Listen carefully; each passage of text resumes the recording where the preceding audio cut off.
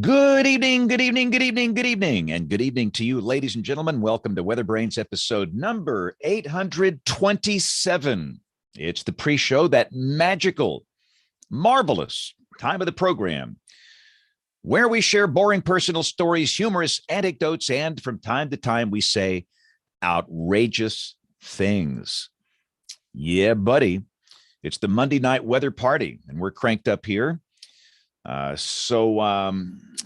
see. You need to get everybody online. Forgot my good camera again tonight. I've got a higher resolution camera that I just forgot to put in the bag. Sometimes you just forget things when you get old, and so we're using the built-in camera, which is okay. I mean, for what we're doing here, but most people would probably never even notice if I didn't say anything. But so let's invite everybody. And by the way, somebody asked me a couple of weeks ago, is this a Kiss album? And the answer is yes. I think Dave Baird gave me this. Dave was a news anchor here and retired about 4 years ago.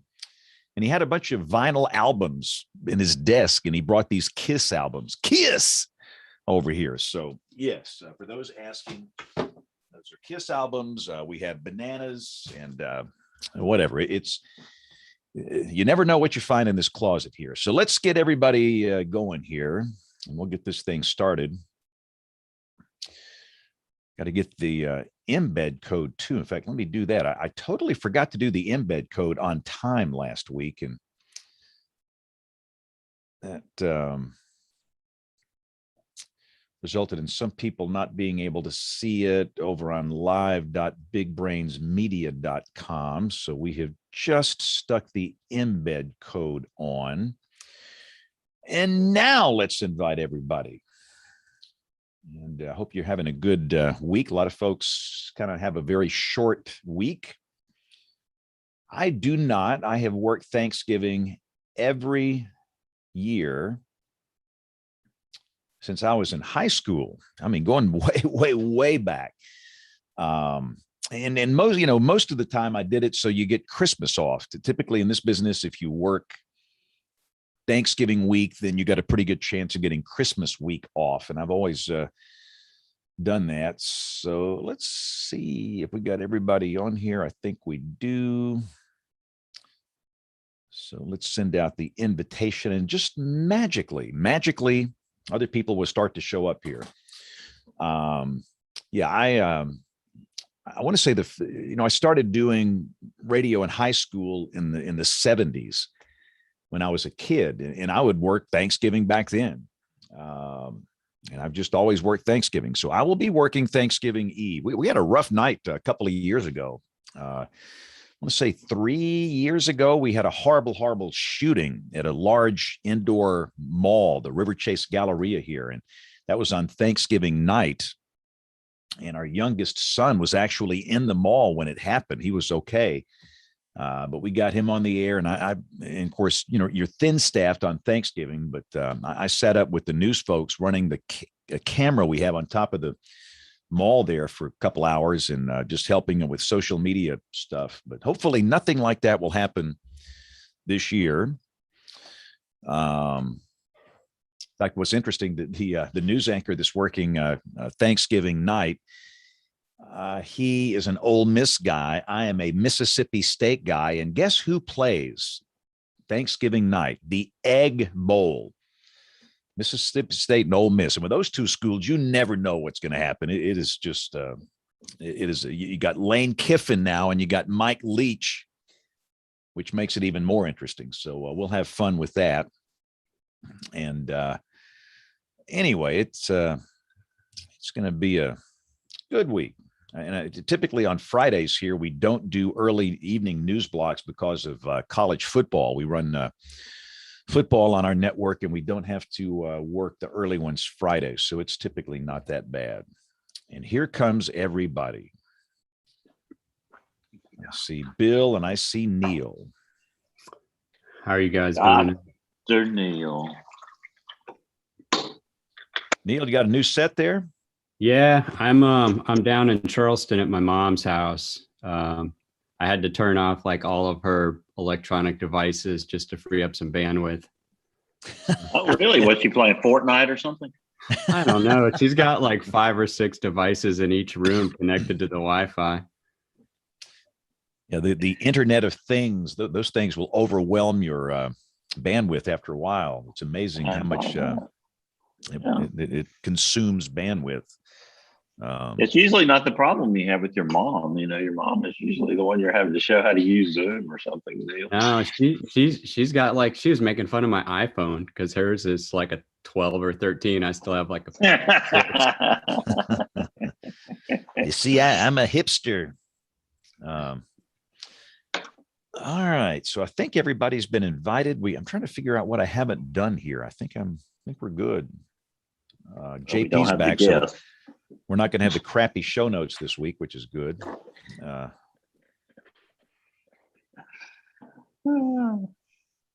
I know that Aubrey is out and Jen is out and Rick still has some health issues, and I don't know if he can join us, but I think Kim and Troy will be here.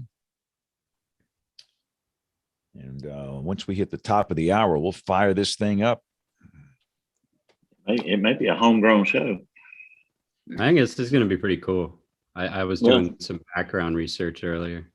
Yeah, he's pretty cool, but I hope he shows up because he's 6 hours ahead of us. Oh, I didn't know that. I'm not having very good luck with these people on the other side of the pond.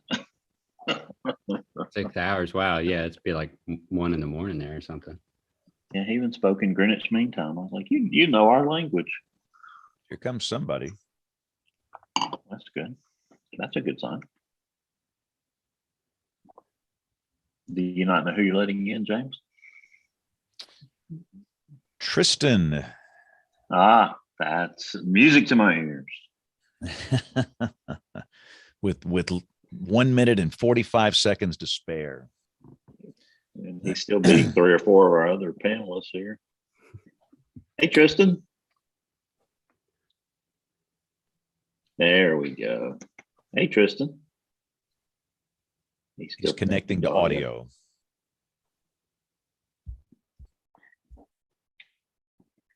There's Troy Kimmel. Hey, Bill. Hey, James. Hey, Neil. How's it going? Hey. Doing okay. Here comes Kim.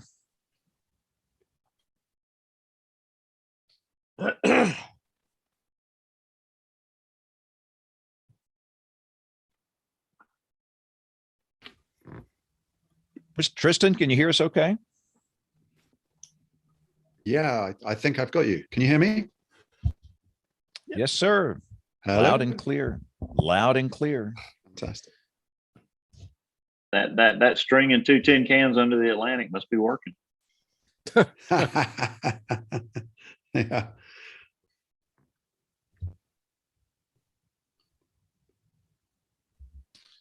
All right. So we have to wait till the top of the hour to get started here. We're 30 seconds out. Anybody need to say anything outrageous, boring personal story, humorous anecdote? This is the time to do it. It's the pre-show. It's magical. If I drop off, forgive me. I'll just try to reconnect. I'm already getting things telling me my internet's unstable. Uh-oh. Kim, I was telling everyone else, I'm at my mom's house and she has about 100 different Wi-Fi devices connected to the internet. And I don't even know where they all are. I ran through the house about 20 minutes ago, unplugging all the Nest cams, but I think I only got half of them. The hot water heater is probably not working anymore now. Yeah. And she can't start her electric car now, so she can't go anywhere. So There you go. all right, let's get this thing started. It's the top of the hour. Welcome to our television viewers. And we're going to record track 1 and record track number 2. And here we go. In 5, 4, 3, 2, 1. You're listening to WeatherBrains. They're kind of a big deal. Indeed. This is WeatherBrains, the weekly show that's all about weather. This is episode number 827. And this is for the 22nd of November, 2021. It's Thanksgiving week. So, Troy, what are you thankful for? I'm thankful to be back in this place, and thankful for all the people that have helped me get back into this place. It's not quite there yet, but I am thankful for that. It's been a rough year for a lot of us on the show. I know. Here. It I know. really has. I stepped out every Sunday evening. I play tennis. It is my escape. It is my happy place. I get on those courts. There's no phones. There's no pads. There's no trolls. Everybody needs a little happy place. And so as I was leaving to go play tennis Sunday evening, I noticed the sunset. And it was just really nice. And it dawned on me that, I've never seen that before here. Because what happened on March 25th, we had an EF3 tornado that hit our house, cleared out the trees, and we've got an amazing view of the sunset we never had before. So little things you have to find to be little things that you can be thankful for. And Kim, you've had a rough ride with weather. Yeah, boy, Kim's had year. one. It's been rough. Yep. It's been exciting, but something to be thankful for. We had some construction to replace the fencing behind my house that was blown down in, I think, the third round of severe weather. I don't know. The fence had made it through the first two things, the big hailstorm and everything else, and then it got blown down with the third. And when they installed it, they dug up a whole bunch of the dirt and rocks underground. And my daughter loves those. The 1-year-old, heck, she, why get real toys? She just loves playing with, construction rocks and construction waste. So there's something to be thankful for. I actually want to say that the thing I'm really thankful for, what was really hard for me this year, besides weather, was just getting childcare all straightened out after kid number 2 arrived. And I wasn't, able to be on the show as consistently before that all got worked out too, but I've been able to be here really consistently, which is such an enormous blessing. So anyone who's listening who is themselves a childcare provider or has them in their family, know that you help science to be possible for people like me. And I'm very grateful. I'm still Indeed. hoping we can return 2000 and 2001, 21 for 2020 and 2021 for a refund at some point. We'll see. Yeah, there's nowhere to go but up. I think that's true for most of us. And we have Neil tonight is in Charleston, South Carolina, sucking up bandwidth at his mom's place. It's already frozen on me a couple times. So I'm down here visiting my mom. I keep my skiff, the Jenny, here in the winter. So I'm going out for some redfish for the next couple days. Depending on the winds. It looks like the GFS nailed the forecast. The Euro is overdone. So hopefully at least Tuesday evening and Wednesday is a little bit calm. It looks pretty quiet for travel and for anything like that. I am so thankful this month has been so quiet, at least where we are down here. Really, I think for much of the country, it's been good. And again, we've got Jen, who is out tonight. Aubrey is out tonight. They should be back next week. But Bill Murray, you are our guest booking officer, the grand poopah, the tallest hog in the trough. So it's time for you to take the show over. Go introduce our guest. Yeah, James, I'm really excited about this. He just called you a hog. Do you realize that? At least he called me a tall hog. Yeah, well, yeah. And so I've been excited about this show for a long time because when I saw this book and it's hitting a lot of the bestseller lists now, and I see why. But tonight's guest, WeatherBrains, is a writer and navigator and an explorer. He is the Sunday Times best-selling author of The Walker's Guide to Outdoor Clues and Science, The Natural Explorer, and The Natural Navigator, one of the world's only books on natural navigation. He's written for tons of publications for the Sunday Times, the New York Times, the BBC, even to the Yachting Monthly. So I know Dr. Jacobs will have a lot to talk to him about tonight, but he has just recently written a book called The Secret World of Weather, How to Read Signs in Every Cloud, Breeze, Hill, Street, Plant, Animal, and Dewdrop. Tristan Gooley, welcome to the show. Thanks so much for having me on. I'm really looking forward to chatting about the signs out there. Well, we're really excited, especially that you're staying up late with us. So what is it, about 1 a.m. where you are, Tristan? Yeah, just gone 1 a.m. and it's been a long, fun day. I've been outdoors all day, just managed to get 2 hours sleep. The alarm went. I had that sort of sit bolt upright, what country am I in? What county am I in? But I'm here with you. What In part of Zoomland. England? What part of England are you coming to us from, Tristan? I'm in Yorkshire at the moment, North England, and it's not the only county to claim this, but they like to call it a God's own county in this part of the world. And so I assume you endorse that statement, huh? Yeah, there's a comedian who does very well over this side. I don't think he's broken into the US yet, but he's called Michael McIntyre, and he starts every live performance he does with the name of the town he's in, and then he just screams, my favorite town in the whole world. So yes, Yorkshire's my favorite county, certainly at the moment. Now, Tristan, you're a natural navigator, and that's a real term. That's not just a saying. What does that mean? Well, I found as a kid I was pretty restless, and I enjoyed journeys, and by the time I was in my teens, I knew I enjoyed shaping journeys. So I found I got frustrated if I was following a set path, and I really enjoyed just trying to create my own way between A and B. And that led to a fascination with conventional navigation. And by my 20s, I was putting together some quite unusual journeys on foot, in small boats, small aircraft.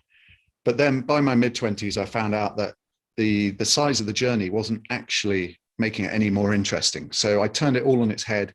And in my 20s, I started doing much smaller journeys, perhaps crossing 1 or 2 miles of English countryside without referring to any navigational aids at all. So not only was there no GPS to speak of, but no map, no compass, nothing, just using the trees, the stars, the weather, all of those things as my map. And I suddenly realized that whereas it had taken a 2,000-mile expedition to get a real sense of excitement and challenge, I was suddenly over 20 minutes. I had that feeling I had as a 10-year-old again, that real sense of wonder and connection and understanding what was going on around me. And that changed my life. And that was 25 or so years ago.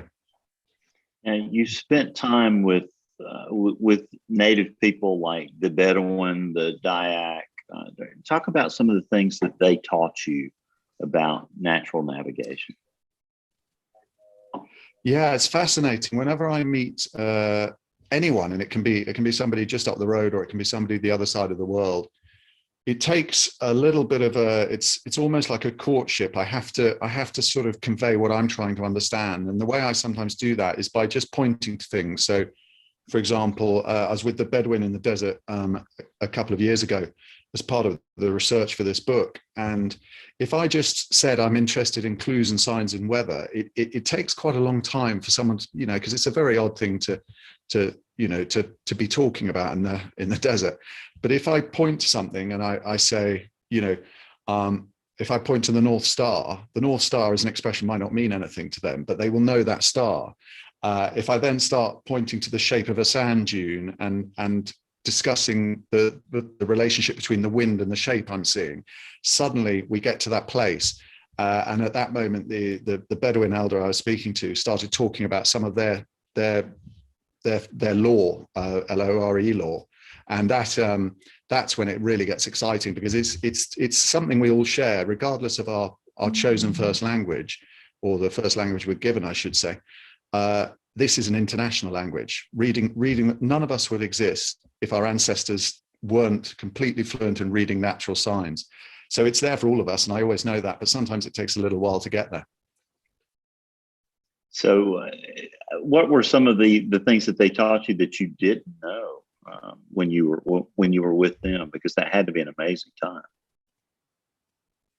Yeah, I had a really fun transfer of knowledge when I spent time with the Tuareg in the Sahara Desert, and it's a part of the world that's not advisable to go to now, and it wasn't advisable to go to before I went there. There was just a window in 2009 when I was able to walk over approximately 100 miles of an area called the Fezzan, the Libyan Sahara. And what I was doing is I was practicing the bits that I knew in terms of each morning I would look at a GPS and I'd note down the coordinates, and then I'd walk with two of the elders, and I would be studying the sun and the shape of the sand and just trying to sort of keep a mental log of sort of thinking, okay, we've walked northwest for 3 hours. I think we're doing about 2 miles an hour, 3 kilometers an hour, that sort of thing. And then what I would be doing is just gently interrogating them, saying, how are you finding your way? Because they not only were they not using GPS, a map or compass, but they'd never physically seen a compass in their life. They'd never, and definitely never seen a GPS. So again, it took a little bit of rhythm that, and when you're asking people who from a different culture, there can be a feeling, perhaps a suspicion, why does somebody want to know this sort of thing? So it took a lot of trust, hard walking before we got to know each other.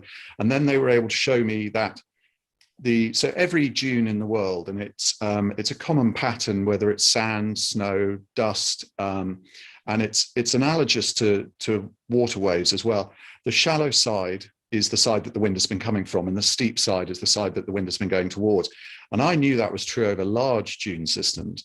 But what the Tuareg taught me is that it's true down to the very, very smallest dunes we can see. And I'm talking about things much less high than the height of our own finger. And so I started to see these dunes that had been under my nose all my life. I went home and I saw them on the beach near where I live in the south of England, on the coast there. There's a beach called West Wittering. And I suddenly saw these dunes that had been under my nose for a decade, and I'd never spotted them before. And then a couple of years after that, I was employed to go out to the Middle East, to Oman, and train some young Omani instructors out there. And they hadn't seen these patterns either. So something that the Tuareg had taught me in the Sahara, I saw my beach in the south of England differently. And then I was able to share that with some Omanis who lived in the desert pretty much all their life. And that for me is the most exciting thing, the things that are just there under our noses all the time.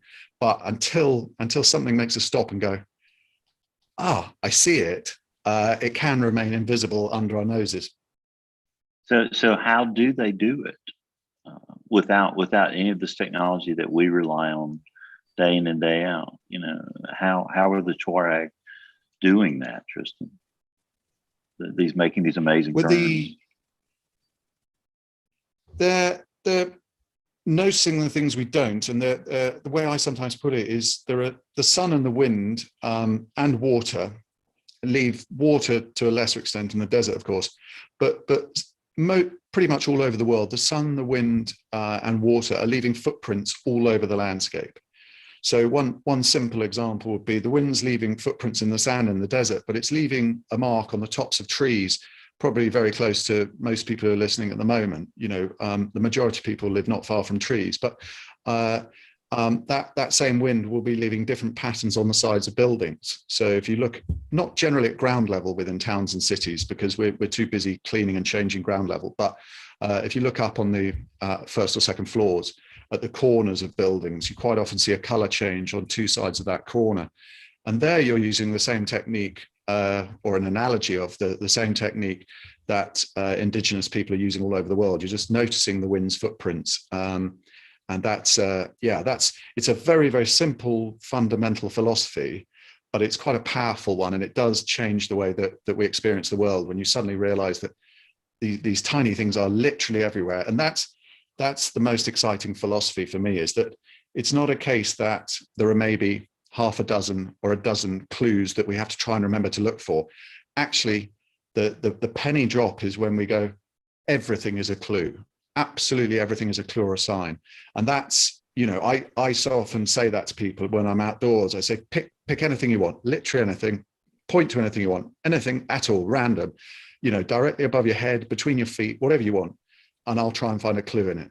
And I don't always, pick something that's going to sort of, blow them off their feet.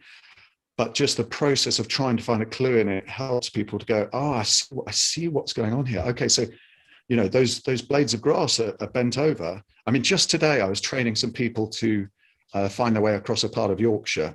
We had a couple of TV cameras there, and I was just trying to get that point across. I was just going, we've been talking about the wind in the tops of the trees. I want you to find a clue a lot closer. and they were looking around. There were no trees near them, so they were struggling. I said, look between your feet. And there the grass was bent over by the prevailing southwesterly winds where we were. And so there were probably, 50, 100 compasses just between their feet. Yeah, that's amazing right there. I'm constantly amazed at the brilliance of the animals, Tristan, and their ability, like for a sea turtle to return to the beach where it was hatched, or an osprey to return, every year to the same area in Long Island or, in New England. I'm constantly amazed by that. How, in the world do they do it? And what are the analogs to what you're learning from people all over the world? It's a really interesting question, and the delightful answer is we know some of the answer, but we definitely don't know all of the answers, and I love that. So what tends to happen in all animal navigation is that a specialist scientist will, and this is of course the way science works, is there's a hypothesis. Somebody goes, I'm pretty sure it's magnetism. So we can test that because the Earth's magnetic field is not uniform, where we get major geological changes, and beneath that, even the ores and various sort of fluid metallic changes, we get a difference in the Earth's magnetic field. And so if an animal is using the Earth's magnetism as its primary compass, it will deviate predictably at certain points. So what we tend to find is that if we test that, we go, yeah, it sort of works, but it's clearly not 100% of what they're doing, because they don't suddenly deviate by 2 degrees here. And we know the Earth's magnetic field does, for example. Okay, so maybe they're using the sun. But again, there are predictable deviations there, where particularly at the start and the end of the day, near the solstices, the sun is so far off east and west that we see slight changes in behavior. So what we tend to find is that it's this really nice sort of mosaic where most animals are not actually, and it's good sort of common sense. You don't put all your eggs in one basket. You don't say, excuse me, you don't say my entire life and my offspring, because quite often it's related to procreation. It is going to be based on this one navigational technique. And that's your question about the analogy I really like there as well, because that's when I'm training people and when I'm personally using these techniques, I'm saying to people it's a jigsaw puzzle. So if you're lucky enough and you can see the North Star, or you're looking at the sun in the middle of the day, then yes, you've got something. You probably don't need much more of the jigsaw. But most of the time, we're saying things like, I can see some thin high clouds. I've noted what direction they're moving, but wait a minute, there's just some cumulus bubbling up over in one place. Okay, what could be the cause of that? Okay, it could be high ground, it could be dark woodland, it could be a town. Okay, now if it's a town, what else might I say? There's a descending aircraft. So absolutely anything's fair game. You start to bring all the pieces together. You go, okay, instead of not noticing the cloud, you're going, I'm tying that cloud to the behavior of that. Okay, well, if it was, okay, maybe there's, in this part of the world, there are birds called jackdaws, which don't like to be in the wildest places, and they don't like to be in the center of towns, but you see more of them as you approach towns because they like that kind of suburban area. So, I could, add more pieces, but you get the idea. You just build up this jigsaw, and you go from this kind of, instead of not noticing, you're starting to notice things, you're starting to build the jigsaw, and then you just start to get this very deep sense of what is around you. So Tristan, now you've taken on weather, and you were alluding to it there with some of the things that you said. We teach every year sixth graders in our school system, about launching a weather balloon and, tracking it and pulling it down and getting the data. And that's an amazing thing. But some of the most amazing things that come out of it are the practical things that they learn about weather. For example, why some mornings they come outside and there's dew and there's not on other mornings. You talk about that in your book. Talk about some of the practical applications in that for, a person reading the signs. Yeah, and this is another key sort of pillar or cornerstone of my work and my philosophy and my approach, is that nothing is random. So it's very tempting.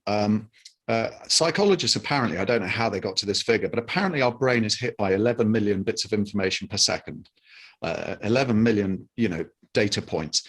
And so one of the fastest processes of our brain is actually to bin more than 90% of that. It just can't cope with it. There's probably not a computer in the world that would be happy with that.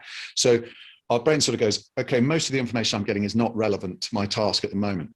But that's actually a cultural thing. And the more we tell our brain what is important to us, and we use the word care, that's really what care means, is, you know, prioritizing information effectively, in this context anyway, the more we start to notice. So it's very easy to walk out in the morning, see some dew, and then look 10 feet away, you know, next to that, and there's no dew. And our brains say, actually, the thing that's most important is that email telling me that I've got to get something done by 10 a.m. You know, and that is a cultural thing. So if we turn that on its head and say, I've got plenty of time to get that email stuff done, but I'm actually just going to stop and go, why is the dew there and not there? And then we rely on this philosophy. It's not random. So we don't give up and go, well, sometimes it's dew, sometimes there isn't, you know, end of that story. So we go, okay, there are some building blocks. What are they? Okay, so there's always moisture in the air. Even if you're over the hottest, driest desert in the world, there's going to be some moisture in the air in gaseous form. If we cool that to the dew point, then dew is going to form. Okay, so something's cooled the air. What's cooled the air? Okay, so there have probably been clear skies overnight. But that explains why some dew has formed, but it doesn't explain why there's dew on the grass and no dew on the flower bed. Okay, so next piece is we've got to have lost some of the heat to the sky. So we've had clear skies.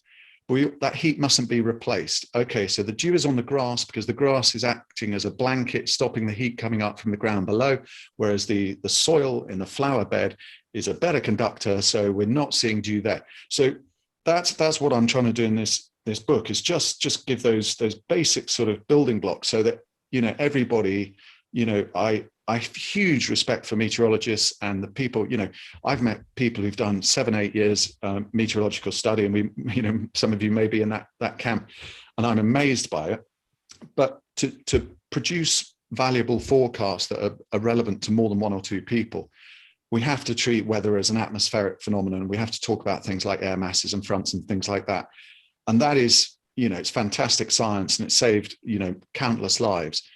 But it can't actually tell you how your experience of the weather is going to change over 50 feet. I mean, imagine a forecast that starts by saying, you know, Mr. and Mrs. Smith in Acacia Avenue, you know, you are going to see this when you come out your front door. You know, it's going to be a very long forecast by the time you get to the next street.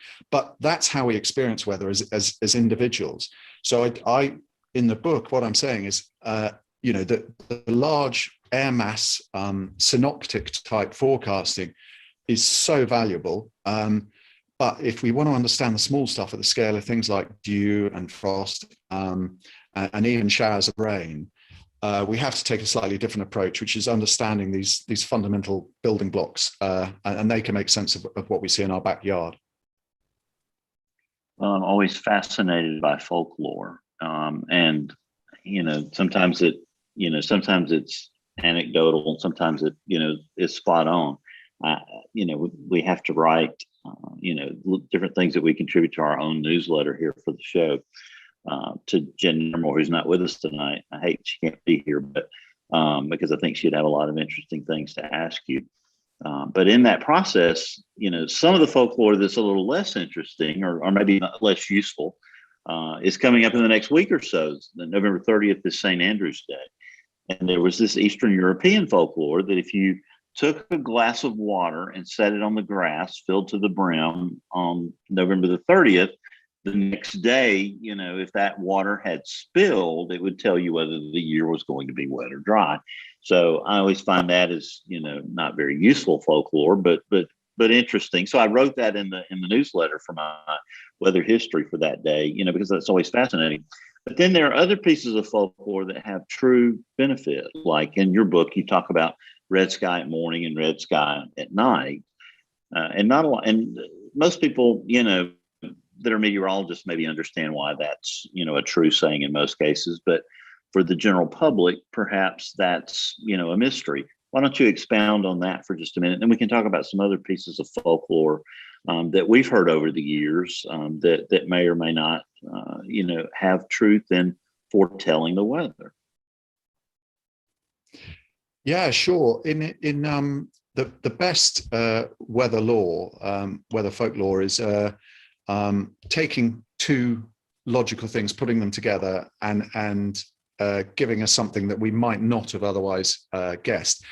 So red sky at night, shepherd's delight or sailor's delight, depending where you are, is it's taking the red sky at night is telling us that we can see reasonably far to the west. Okay, that in itself is, is one piece on its own. It's not telling us much. Then we just add the fact that most of our weather in temperate zones is coming from the west because of the rotational direction of the Earth. Oh, okay. So we put those two things together. If we can basically see quite far in the direction our weather is coming from. That's saying there's not a lot of low cloud in the direction the weather's coming from. And like all this law, it's you can't bet the house on it. You could have something nasty creeping up from the other direction, but statistically, and that's all we're doing quite often with weather is probabilities.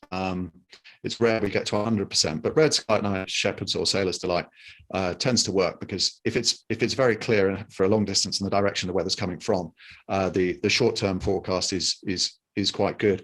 The general approach that I found that works is short term, by which I mean anything up to about 48 hours. The law quite often holds some value. Anything that's seasonal, unfortunately, tends to be pretty flaky, because there are very, very few immediate signs that we can sense that will tell us what's going on more week away. So there's another good example: clear moon, frost soon. A nice, short, punchy saying. Clear moon's really just saying those nights, and it applies just as much to the stars. It's just telling us that there's low moisture in the atmosphere, including in the higher parts of the troposphere, and that tends to be associated with fair weather, because one of the first signs that things are about to turn for the worse after a good spell is we start to see the stars twinkling more or scintillating more. And the moon, when it looks that's sort of strikingly clear, when you're just starting to think, oh wow, I've never seen, I just don't remember seeing that much detail.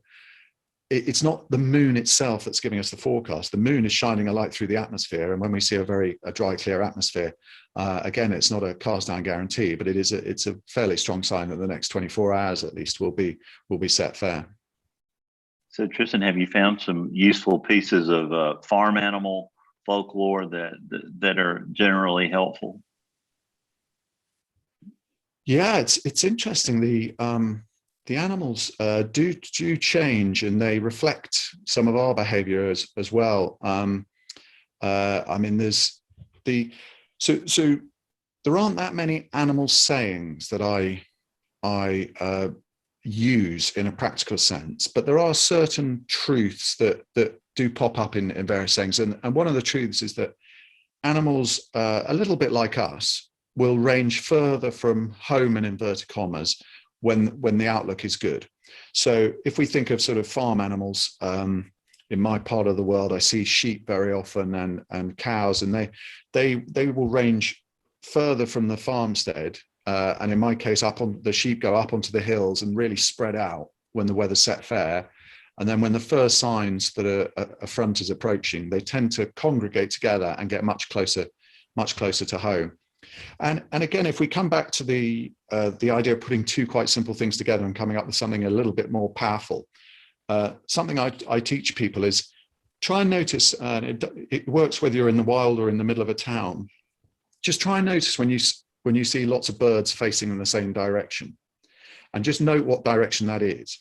I mean, if you want to, you can give it a label and say, maybe they're all facing southeast, or you can just say they're facing towards the radio mast. It doesn't matter what it is. You just note which way the birds are facing. And if they're facing in a different direction after lunch than they were in the morning, there's a reasonable chance of rain by the end of the day. And there, it's not a trick. It's just a different way of looking at simple information. So it's very easy to sort of think, so the birds are some sort of, incredible sort of forecasting creature. Well, no, actually, birds tend to face into wind. And if they're, let's say, facing southeast in the morning and then northeast after lunch, then we've had a 90-degree shift backing in the wind, and that's a fairly strong sign that we're going to have a big weather change, most likely a front through. So it's not the birds that have done some magic trick. It's just that we've noticed, one simple thing and tied that to wind direction. As we'll all know, if you get a significant change in the wind direction, then it's pretty unlikely to stay settled for long. I love this topic of animals and reading the animal signs and learning about what might be happening with the weather through their behavior. It even came up in my dynamics class in undergrad. We were taught that if ever we were storm chasing, we could use cows as an indicator of the direction of the center of low pressure, since they would apparently turn their butt toward it. That was a thing. So I'm curious, people who are listening to this show might have heard some of these connections between animals and weather. Of all the things that you studied and all the animals that you learned about, are there any that you think are less well known but nonetheless very interesting that you'd like to highlight? What's sort of the strangest weather and animal connection that you came across? I think there's some the learning, every day's a school day for me, and I'm sure all of us, there's some very interesting things emerging to do with ants, but I don't think we're at the point yet where we are able to look at ant behavior. But the science is pointing towards them trying to tell us something quite interesting. But the area where the science is very well established is in spiders' webs.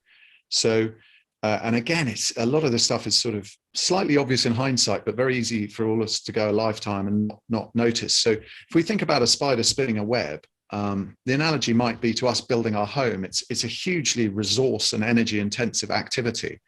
And we don't go and, build a house at the bottom of the beach because the sea is going to whip it away within 12 hours. In the same way, spiders don't spin their webs in places where the wind is going to whip it away. So we just study prevailing wind trends. In my part of the world, the wind comes from the southwest most frequently. So we start to see more spiders' webs on the northeast side of trees, gates, buildings, whatever. But then there's an art within that, which is that the general thing that I notice and teach is that any individual animal behavior, as in an individual animal, as in one spider or insect or mammal, it's the same as people. There are some very odd individuals in the world, but actually when you see group behavior changing, that normally points to something quite sort of fundamental. And that's the same as spiders. So if you find lots of what I sometimes call the haunted house look, you find lots of collapsed spiders' webs in one place, that can be used for natural navigation because that's telling you it's a sheltered spot. The wind basically hasn't been able to do any spring cleaning there. It just never reaches that spot. So I use that in navigation. But in terms of actual weather, the ballooning of silk and it'll vary in different parts of the states because you've got such wonderful kind of variations across the continent there, and it's the same where I am. But there are certain places, and we saw it today, which is part of the reason it's in my mind. When you see this ballooning silk, so the spider silk just sort of glistens in the low sun, quite often coinciding with dew, and then all the pieces start to come together. You go, okay, well, if there's dew, there's been clear skies, and actually there's been quite settled air because if there'd been any serious winds overnight, it would have churned the lowest layers of the air, and that wouldn't have allowed the cooling, so there'd be no dew. So we've had clear skies and still air, fairly sort of set fair type conditions. But these spiders need just a tiny bit of convection because they're using their silk almost like a hot air balloon, really, is probably the best analogy. So when the sun comes up, it warms the land, then we get a little bit of convection, and that gives them just enough. And so that was just it's one of many examples, but it's one we happened to see this morning where all the pieces come together. You're suddenly going like, I understand exactly what the air's doing. I understand what the sun's doing. I understand what the water's doing. And now the animals are confirming it all. Oh, it's so wonderful. That is so interesting. I love hearing that about the hot air balloon analogy with spiders. We look for something a little bit similar when we're storm chasing. When you see birds sort of coming from the surface and going up in little spirals, they're actually following thermals. And so you can see where there's rising motion. So it's kind of an interesting indicator that seems similar. But I think Neil has some more questions for you, possibly about animals and weather. Well, I've just got to jump in. So sorry to interrupt there, Neil, but you've Kim, you've just mentioned one that's just so fascinating. The bird thermals, and in the book I refer to it as a thermal clock, because the bigger and they're quite often birds of prey, aren't they? The bigger the bird, the stronger the thermal. So what we find is the smallest birds of prey might be able to get airborne by not quite mid-morning, but late sort of morning, whereas the heaviest birds of prey need the really serious thermals, and we don't see them till after lunchtime. Those orbiting birds of prey. So I refer to it as the thermal clock. Sorry, Neil. No, Sorry, I'll just really quickly say it adds a whole different dimension to the whole line from the Oklahoma musical, making lazy circles in the sky. Like, Oh, if yeah. it's a big hawk, you've got a pretty Yeah. good thermal. Sorry, go ahead, Neil. I'm going to bring it back to animals because I've got a lot of questions and I'm fascinated by animals, but I did want to just pick your brain on plants for a second. So I spent a ton of time in the woods, and I was in the woods in Francis Marion National Forest. I was a kid. I was probably 16, 17 years old. And it was one of those days where it was kind of a nor'easter, cold air damming, misty, you couldn't see the sun. And I got lost. And it was absolutely the most bizarre thing, because I was absolutely convinced I was walking in the straight line. And after about 45 minutes, I came back to the exact spot that I was. And I've heard of people doing that, and I just don't understand. It was so disorienting to me to realize I had walked in a circle and not in a straight line. I sat down for a second, and the problem was it's all longleaf pines. And so there's no moss that grows on the pines like the hardwoods. And I was always told, oh, just the moss always grows on, like, I don't know, the north side or whatever. And my second question is there any truth to that? I ended up just using the wind and walked straight into the wind. And the area of land I was on was surrounded by roads on all sides. So I knew if I could just walk in a straight line, I'd come out on a road somewhere. But is there any truth?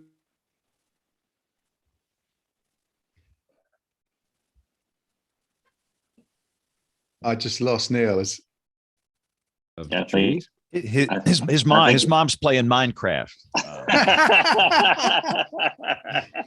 Oh, I think I got the question. Yeah.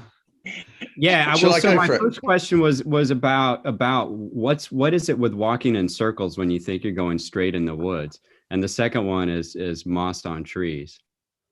Okay, yeah, they're great questions, and science has established that all humans will walk in a circle without external reference to direction.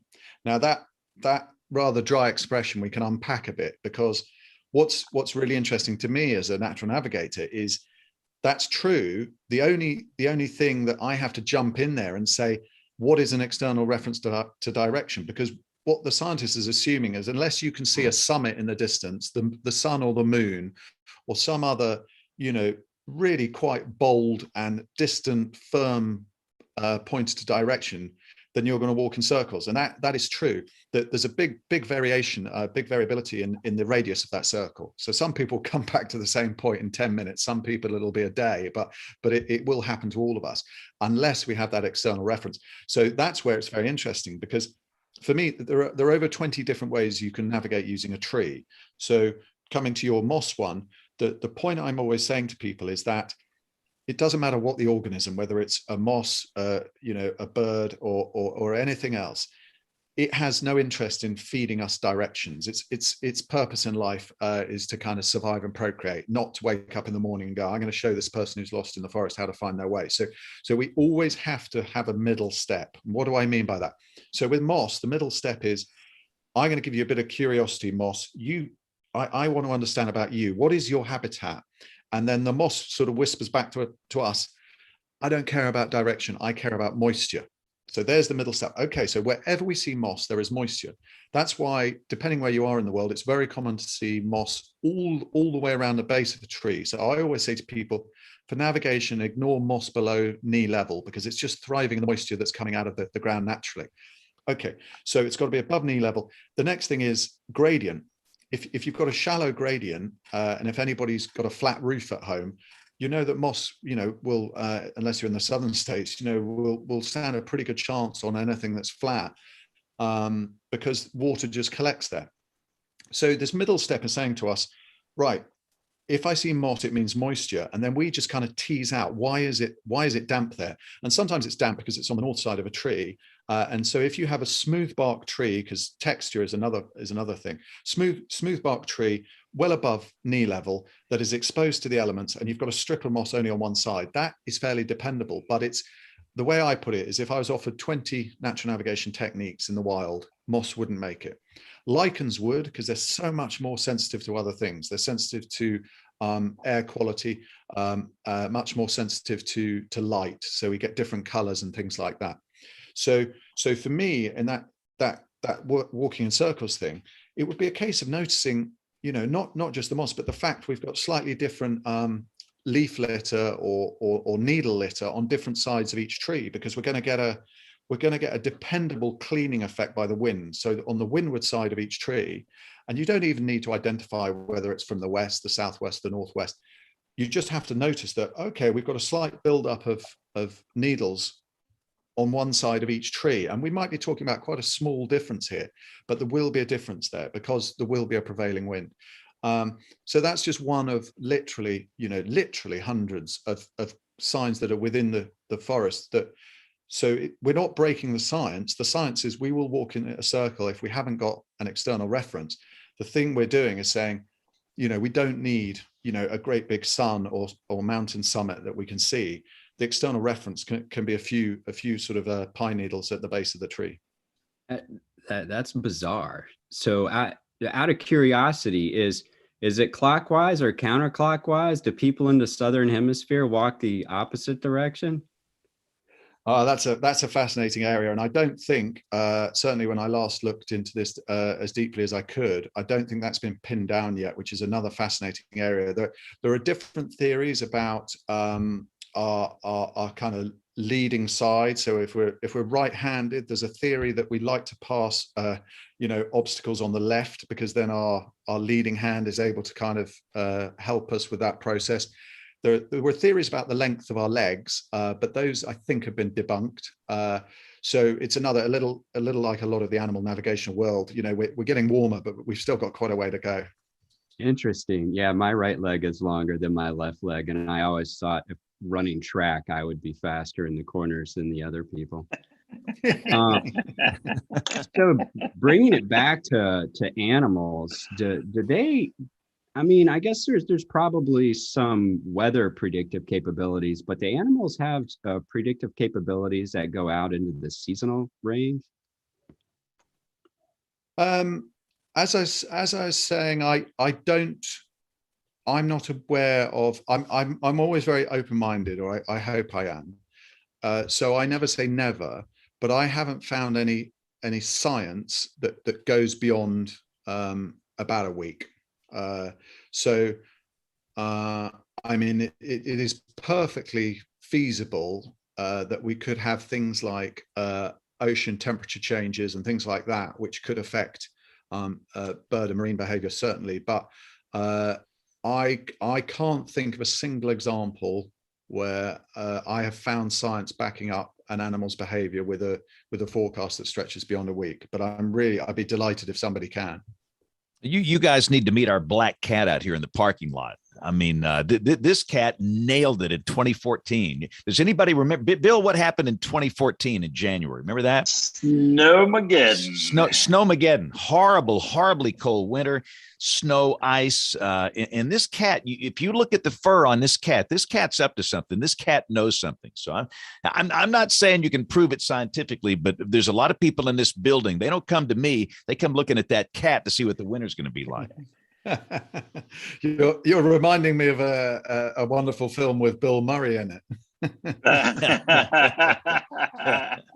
Yeah, the other Bill Murray. Dr. Neal, I know you love to fish. So Isaac Walton said, when the wind is in the north, the skillful fisher goes not forth. When the wind is in the south, it blows the fly in the fish's mouth. Have you ever heard that saying, Tristan? And does that work, Dr. Neal, in your fishing experience? I've heard quite a few variations of it, east and least, and that sort of thing. And yes, there's not one that will work globally, and there's probably not one that will work even from necessarily one bay to the next. But there are definitely correlations between wind direction, because it's affecting sea state, and also currents, certainly, and tidal flows as well, tidal currents as well. So those two things together, I think every angler does well to tune into. But the precise rhyme will be quite local. It'll, it could change over 10 miles, I think. Yeah, I would say maybe it depends on the fish, but it's highly weather dependent. Like, just for example, when I'm down here fishing for redfish, if the wind's out of the south, it usually means it's warm. And when it's warm, the redfish will, in the high tide, will come up into the shallows and tail around.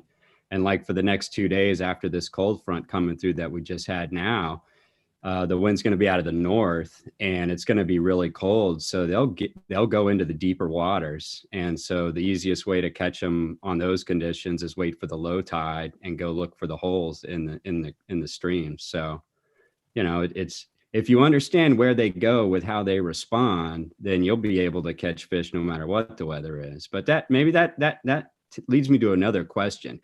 How much of when folks look at animal behavior and then a subsequent weather event happens, is that related to the animal's capability to predict the weather, or is it because usually weather occurs in a predictable pattern and their behavior is actually in response to some type of event that was a preceding event? You see what I mean?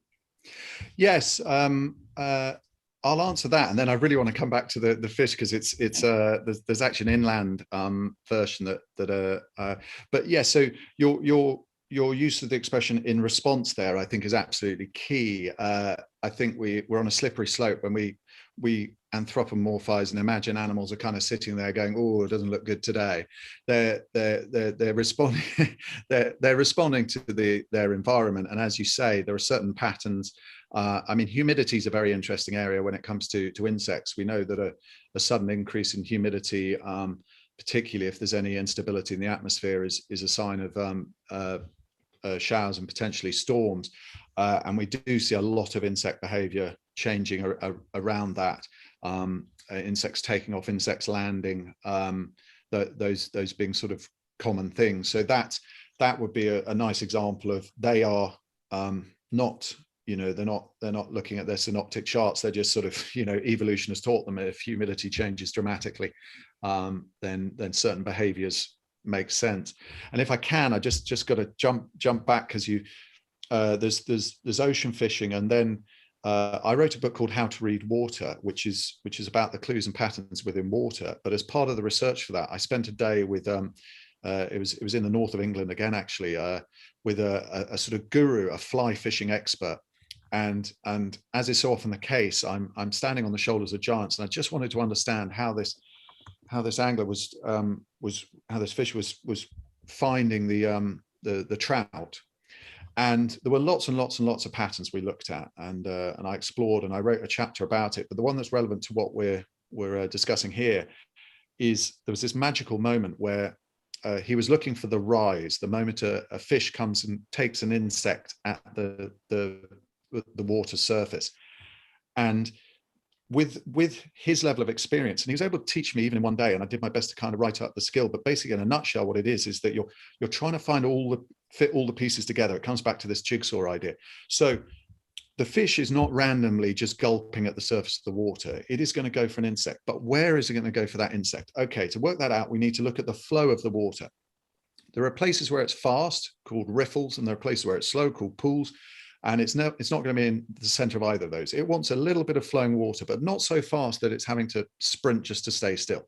So we can identify that. But when is it going to happen? Now, that's where the weather comes in, because these insects, a lot of them have such short lifespans, they don't even have a stomach. Their life is so short, there's no real time to eat and digest things. We're talking about a 24-hour life. They're born, they fly around a bit, they start a family, they die.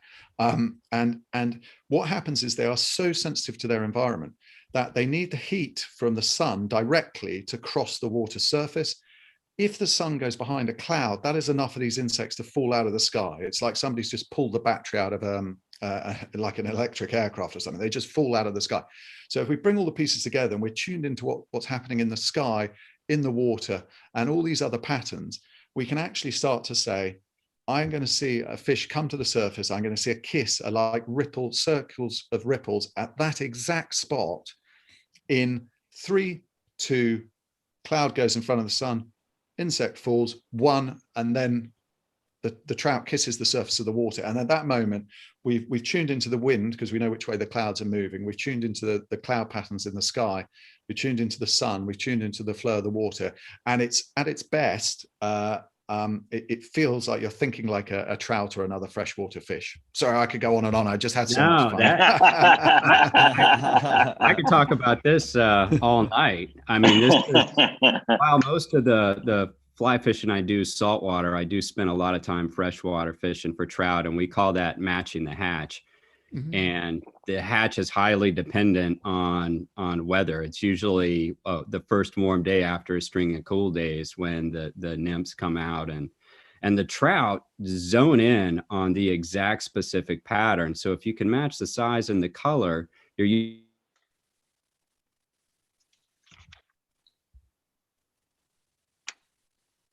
Whoop. Yeah, must be playing Fortnite again. Like so zoned in on one particular insect. Now, yeah, I'm gonna turn my camera off here while I'm talking, so hopefully it doesn't mess it up.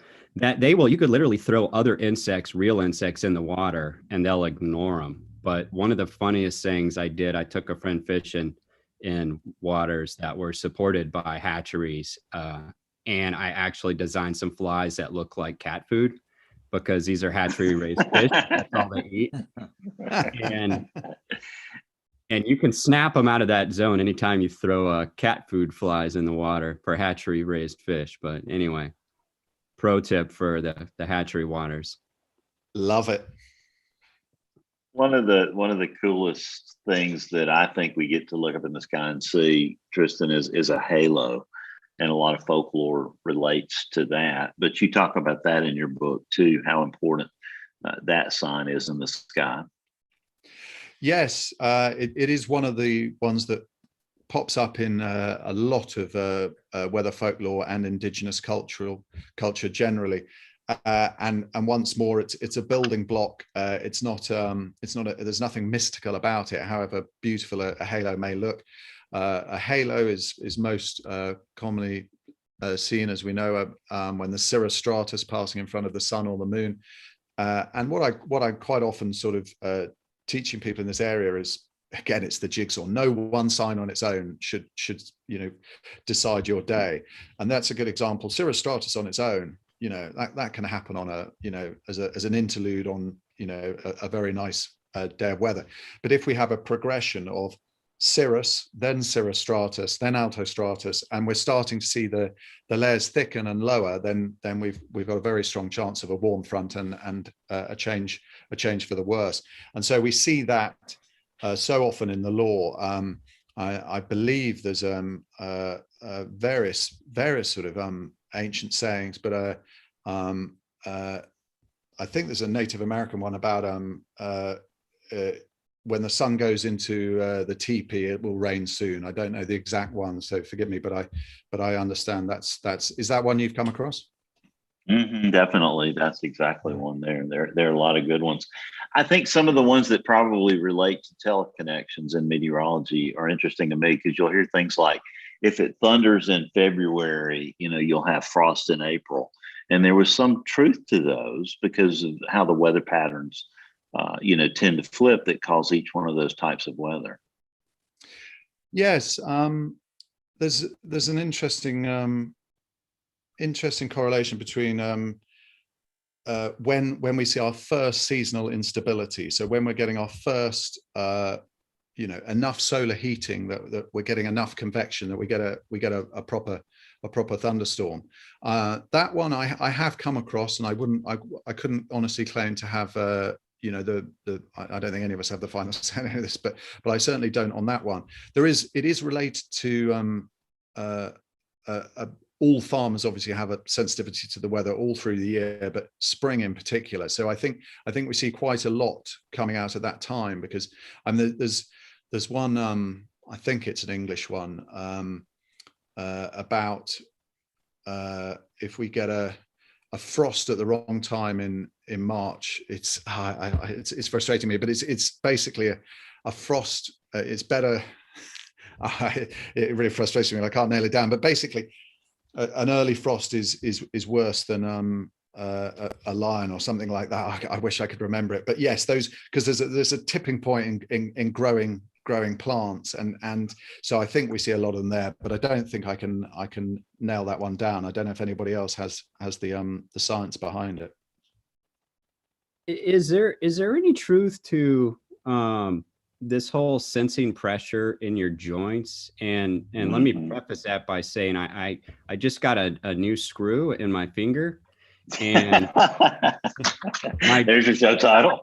I asked my doctor, I said, is this going to stay in forever? You're going to take it out? And he said, well, we'll leave it in there unless it really bothers you. And I was like, what do you mean bothers me? And then he started talking about like frontal passages and pressure systems. And I mean, it pretty much hurts all the time. So is there any truth to that? I think, sorry, yeah. No, you'll be able to throw out that GFS and all those silly weather models you've been using, Dr. I'm just going to stick my hand out the window. Yeah. Yes, I mean, I think personal experience, particularly once we reach a certain age, I mean, I don't think there are many 18-year-olds running around there saying that their joints are telling them about it, but I think personal experience is so widespread that there has to be something in it. And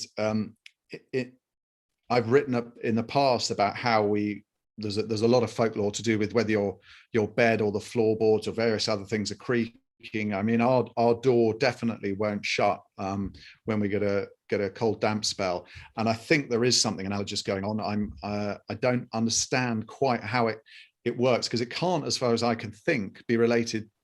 It can't easily be related to either pressure or humidity within the body, can it? I mean, there must be one of those things must be having an impact, because I can't think what else is.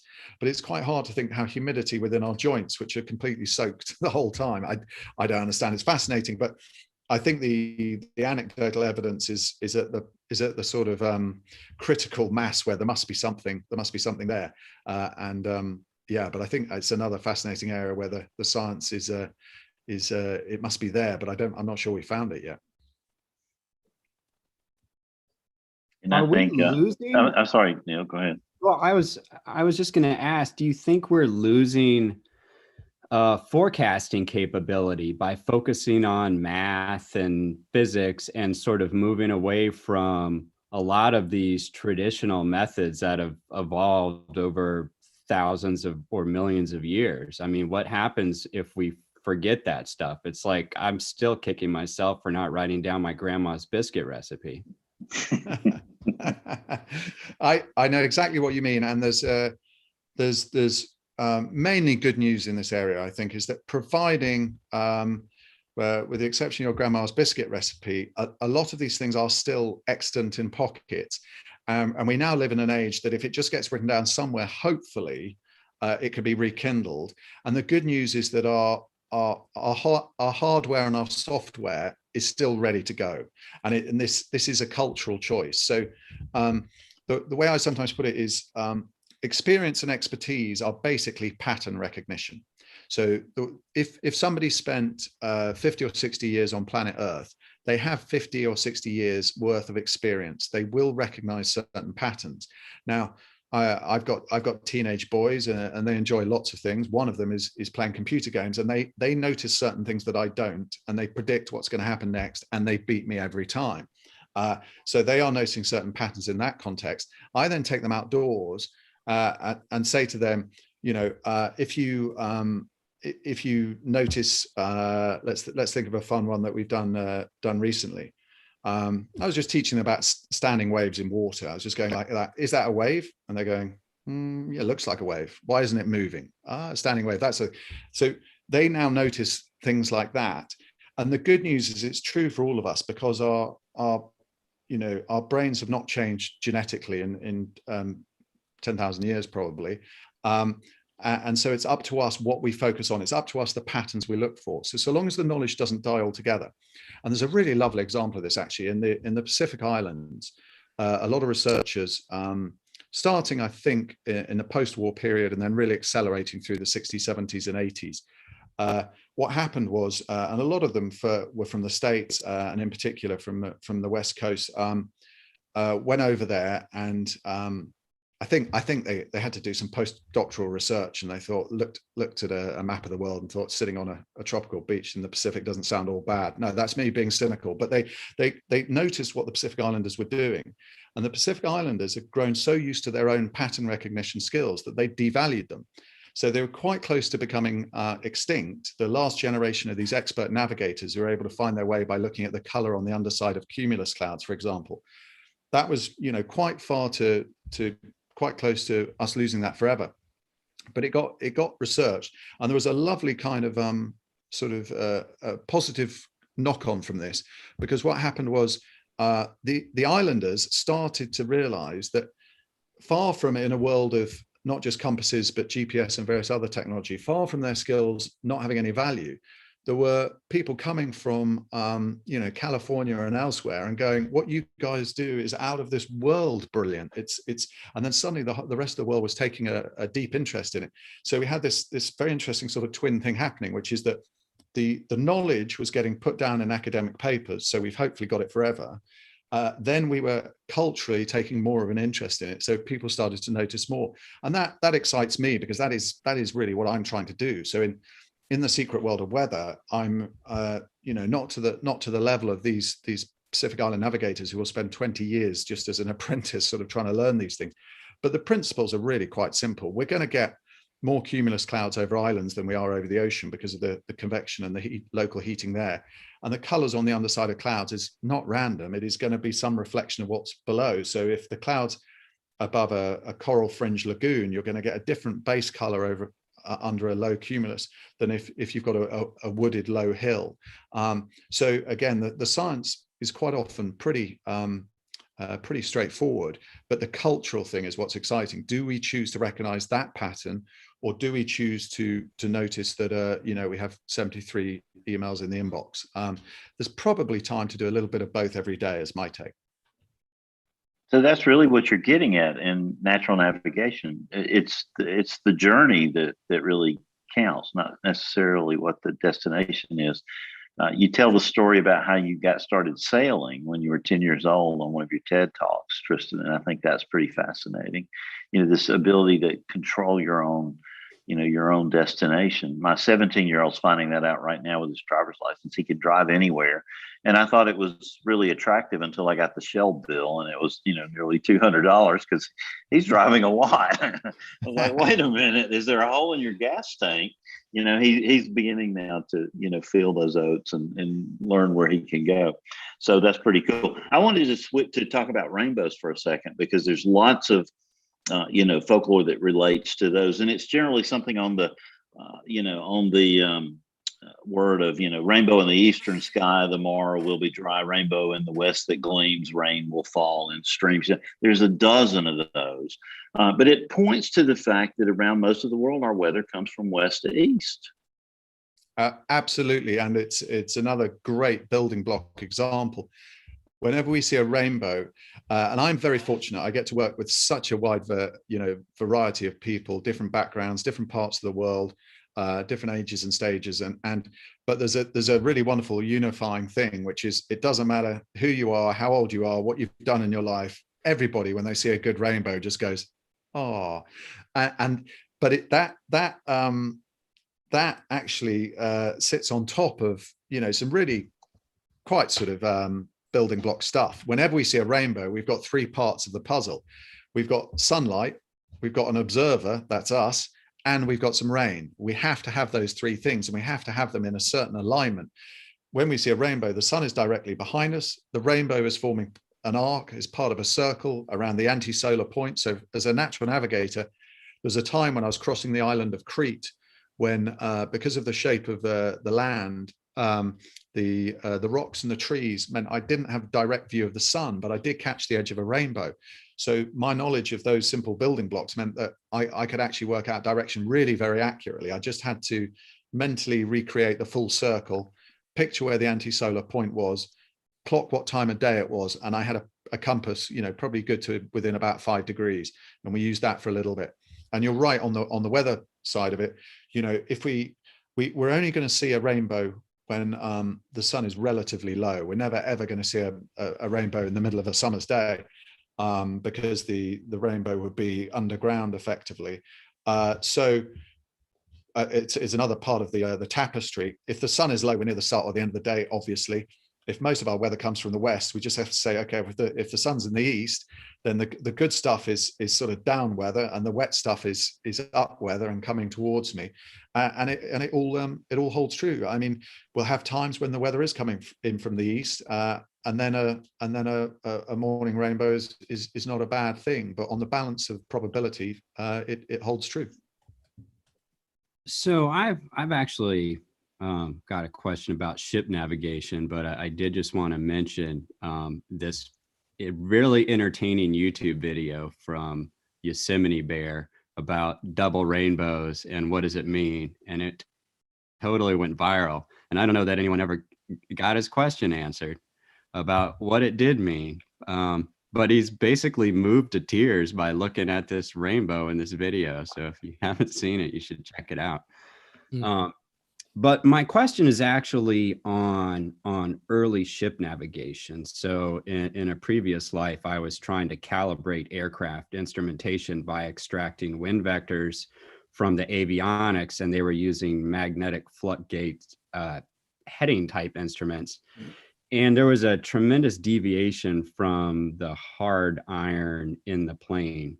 And we figured out a way to correct for the deviation by an algorithm that appeared in the Journal of the Royal Navy, published, I don't know, probably early 1800s maybe. And I guess it was used a little bit later on some of the first ships that were hard iron. And they pretty much were able to back out the errors in their compasses that were caused by iron on the ships. And my question is, any idea how they figured that out, and how long did it take them before they realized it was a problem when they went from wooden ships to iron ships? I mean, did they get lost a lot and then think the stars aren't working like they used to? We need to come up with a better way? Or at what point did they switch from stars to magnetic compasses? You'll have learned now that I can't leave some of these fun things alone. So I'm just going to pick up on the rainbows, and then I will answer your question as best I can. So one of the rainbows are really important to me on almost the emotional side of the work, because what I don't want people to think is that when we analyze things, we lose the beauty, because my experience is the opposite. And a rainbow's a really good example of that, is that, Keats, the poet, wrote about, scientists are kind of unweaving the rainbow. They're taking the magic out of the world. And I see it the opposite way, that if we understand that everything has meaning, we stop and actually look for it. So when we see the secondary rainbow with the reversed colors, Richard of York gave battle in vain. Instead of the red on the outside, we see it flipped. The lovely thing there is every single color is telling us something. And it's telling us about the rain. So if we see a secondary rainbow, there's likely to be heavier raindrops, larger raindrops. But the more red you see in the primary or the secondary is a very strong sign of large raindrops. So if we've got that very, very light rain, that's almost like a sort of refreshing type mist. If you see a rainbow in that type of rain, quite often the red is absent. You've got the sort of orangey hue, but you can't actually see a distinct red. And every single color you see is trying to tell you something about the quality, the nature of the rain itself. So, but the broader point is not about the rainbow. It's that if we actually know that the colors are trying to tell us something, we stop and we really look, and we actually take, a minute of really focusing on the rainbow. And then we get a profound sense of connection, which, I could tiptoe into the philosophy and the emotional side of this. But the main point is that if we realize everything is a sign, we stop, we look, we form a connection, we form a relationship, the experience is more profound, and then we get that sense of wonder. to your question about the compasses on the ships, it was a, you know, the early history of compasses is, I don't think completely, I don't think we have a perfect handle on it exactly. You know, coming out of the East, there were very few records more than 1,000 years old. So we don't know exactly when it started to take over. But in terms of the formal use of them within organizations like the Royal Navy, I mean, that is a pretty systematic organization then and now. I mean, the one thing I do know that they do is swinging the ships. Have you come across that?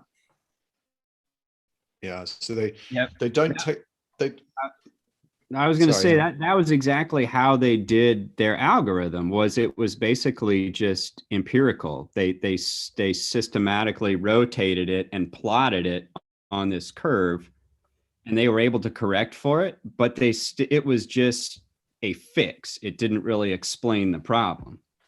Yeah, and it's similar to it's an in response to rather than a prediction thing, as you say. So, and to this day, I mean, as I understand it, I've never had to do the job and I've never seen it being done, but I did have to learn about it. The compass in all aircraft, you know, even the biggest ones we see out there now, it is probably the instrument of last resort. I mean, to my mind, the instrument of last resort is the sun, the moon, and the stars. But in terms of kit within the aircraft, that is the thing that, you know, if a modern pilot is using the compass today, there's probably one or two things that have gone wrong.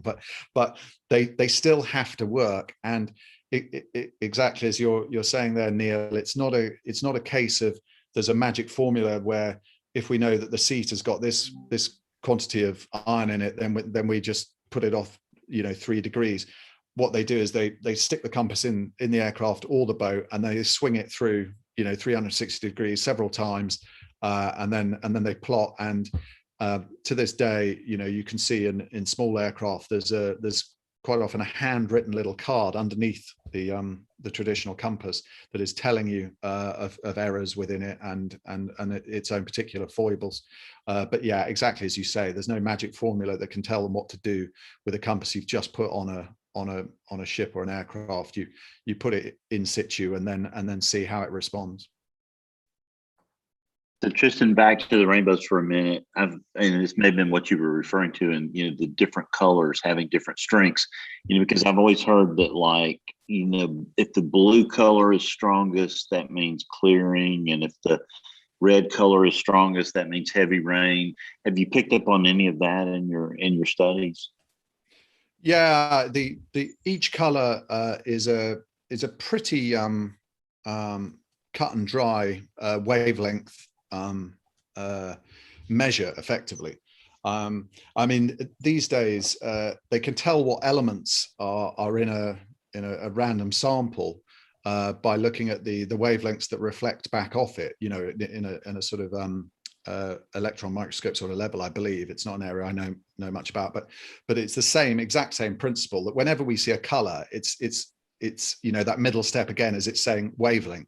You know, so, and wavelength that we see reflected back to us from within the raindrops in a rainbow is directly affected by the size of the raindrop.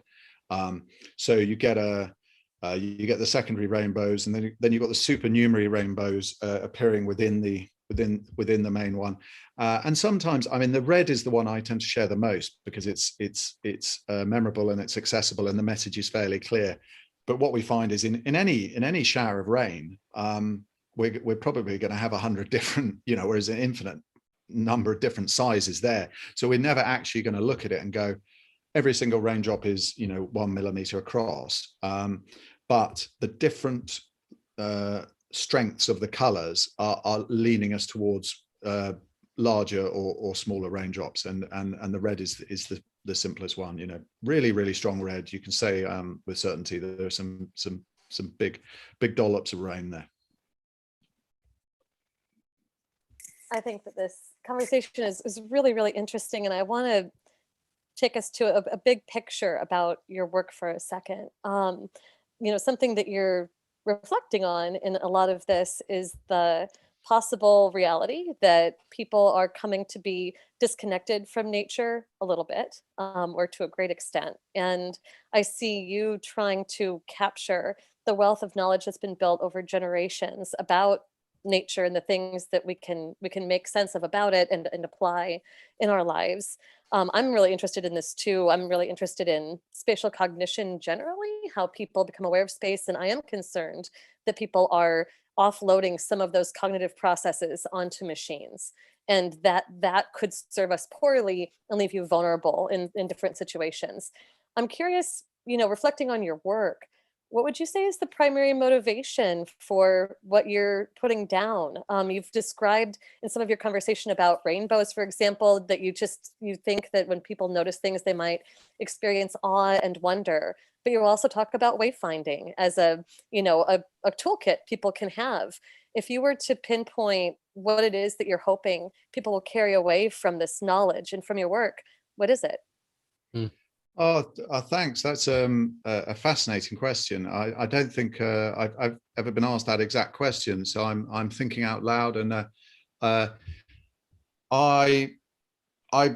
think I want people to share the fun and the joy I've had. It's for me, it is more cultural than practical. I sometimes get asked, so people need to know these skills, because what if their GPS or their smartphone breaks? And I'm like, yeah, that might happen, but they might have 3 other GPSs on them. I know sailors who cross oceans who know how to use a sextant, and they still take 12 GPSs, some of them in a Faraday cage of, foil inside the galley oven and that sort of stuff. So for me, it's not the necessity, it's not the interesting thing. For me, the thing that really motivates me is the cultural opportunity here for us to engage in an activity which is entirely positive, which is rewarding in ways that have no negative impacts that I'm aware of. And I'm always sort of dwelling on the positive. But today I was having a conversation with somebody, and they're talking about foraging, finding food in the land. And I think that's a wonderful, rich and fascinating area. But even that traditional skill has an impact. If everybody in the same neighborhood goes out there looking for fungi and fruits and stuff, it's gonna leave a bare. Whereas natural navigation and looking for clues and signs, for me, is culturally so undervalued, and the opportunities are so exciting. And it is I really feel very passionately, is what our brain has evolved to do. Because the way I put it is that 9 out of 10 people have a regular puzzle solving activity which kind of tickles their brain, but quite often they wouldn't use those terms. So some people enjoy reading crime fiction, for example, and there what we've got is a classic information gap where, okay, we know there are 4 people in the room, and at the end of it, one person's died. We know one of the other 3 has got to do it, and we know there were these weapons and there was this opportunity. Okay, so we've got 3/4 of the information, but we've got to work out what's going on in that gap. Now, that part of the brain is tickled by that particular thing. And it's the same with crosswords. It's the same with Sudoku. All of us, and I look forward to hearing, what your puzzles are. I imagine you have them within weather and outside of that. But our brain, if we look at all the species that have made it this far in the incredibly tough evolutionary, challenge, we're not the fastest creatures. We're not the strongest creatures. And our senses are really quite weak compared to a lot of other animals. But the one thing we do really well is to take 2 or 3, senses and put them together and come up with something which the other animals struggle to. The fact we're even debating, what law works and doesn't, I'm fairly confident. You can never say for certain, but I'm fairly confident there aren't animals out there doing that right now. This is what we are, almost born to do. And our brains can't help it. That is part of the reason that computer games are successful. It's giving us various bits of information saying there's a pattern. What can you make of it? And that's, we've also seen those sort of visual puzzles where you've just got to tease out something from, and it's there, and the brain just gets tickled and loves to do it. So that's my motivation, is that I think we were all born to do this. We can all still do it. It has, zero negative, a huge amount of positive. And yeah, I've had such fun with it, and I want to share that fun. Thank you for a really interesting question. Tristan, Troy here.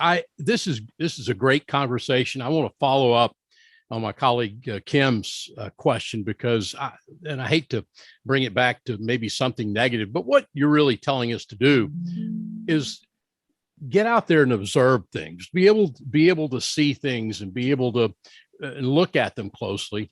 And I guess my question comes back to these things that we all have and how that has affected our ability to do that. We at the university where I am, we've had students that have been hit walking across streets with headphones and looking down at phones. They're not even observing what's going on in the traffic patterns.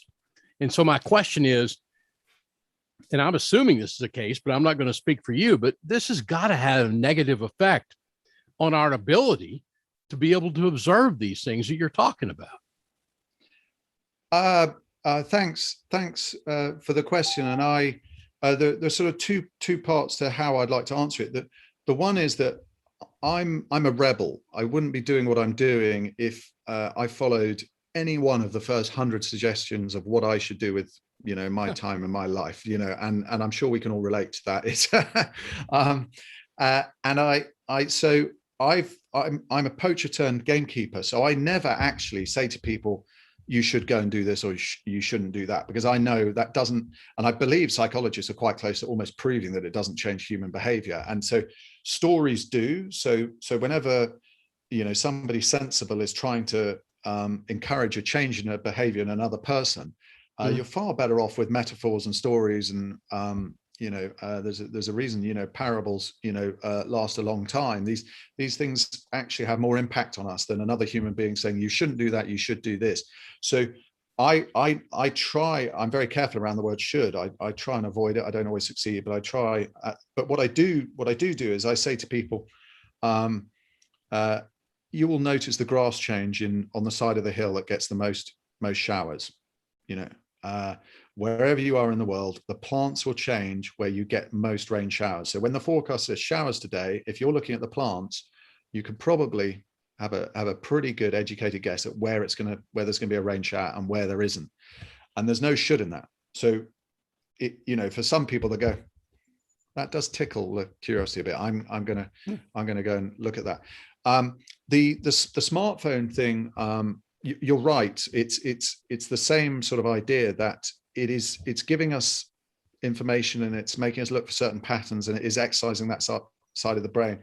My positive interpretation of this, and it is quite easy for all of us to get frustrated and even annoyed about these things, is that the way I personally approach these things and the way that I stay sort of positive on that front is that it's about opportunity cost. So looking at a smartphone is not a disaster, so long as we say to ourselves, how do I want to use this unit of my life, this little lump of time? The way I sometimes put it is if we say each morning we wake up and we have 1,000 units of attention, if we choose to spend 1 hour on a crossword, we might say, okay, that's we've just gone and spent 50 or 100 units on that crossword. And if that is an active choice and it gives us a lot of pleasure and relaxation and tickles that part of our brain, then that's, there's nothing wrong with, there's nothing worse about that than choosing to get some information out of a smartphone. The only thing for me that is key is that it's an active choice. And we've all seen that. I mean, I won't mention them, but you can imagine the sorts of things I'm talking about. The first time I've come across certain things on my smartphone, and I'm culturally very sensitive about these things and can have a huge amount of fun, just looking at a patch of dirt by my foot. And I still suddenly go, wow, that's 1/4 hour of my life gone. That's never coming back. That's a couple of units I've just spent without even realizing it. So for me, if I'm late for a meeting in a town, I'm not looking at the way the clouds pass over the street overhead. I'm gonna make that active choice. Actually, smartphone, you've got that nickname for a reason. Can you get me out of this fix?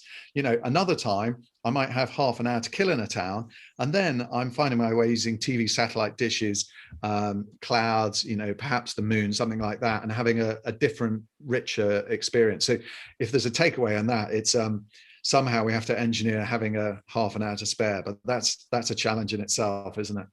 Yeah.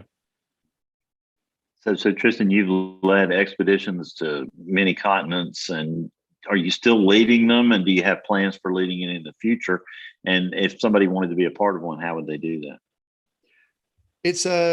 There's been a really happy transition, and there was no there's a fascinating thing where, and I'm sure you've all experienced this, that when we kind of find our thing, our calling, or whatever you want to call it, other people assume that there was a strategy, that we woke up aged 12, 16, 20 and gone, this is what I'm going to do for the next 20 or 30 years. And I don't know about your experience, but my experience hasn't been anything like that. I wake up in the morning and, sort of, think, okay, this is what I need to do. This is what I'd like to do. And one day follows another. And then when you look back and you go, wow, there was actually a path there. I was following a path. At times it wasn't clear that there was a path there. And my path has taken me from the large scale to the small scale. And today is a really good example of this, actually. I was asked by a TV production company, will you come and teach a couple of TV people how to find their way using natural navigation? And they set up this challenge. They went, well, it's 3 miles from point A to point B. Can you give them the skills to do that? We've walked it. It takes 1.5 hours. And I said, I can give them the skills to do that. I can't give them the skills to do it in the time you've allotted, though. We need to halve the distance, possibly quarter it, because you can set foot outside your front door, and within 10 minutes there'll be 100 signs that you can analyze, and you can easily spend a fascinating 5 minutes thinking about each one. So a walk of 100 yards, that's a good expedition. That really is. If you're not going to turn a blind eye to stuff, that is a proper expedition, and I mean that very sincerely.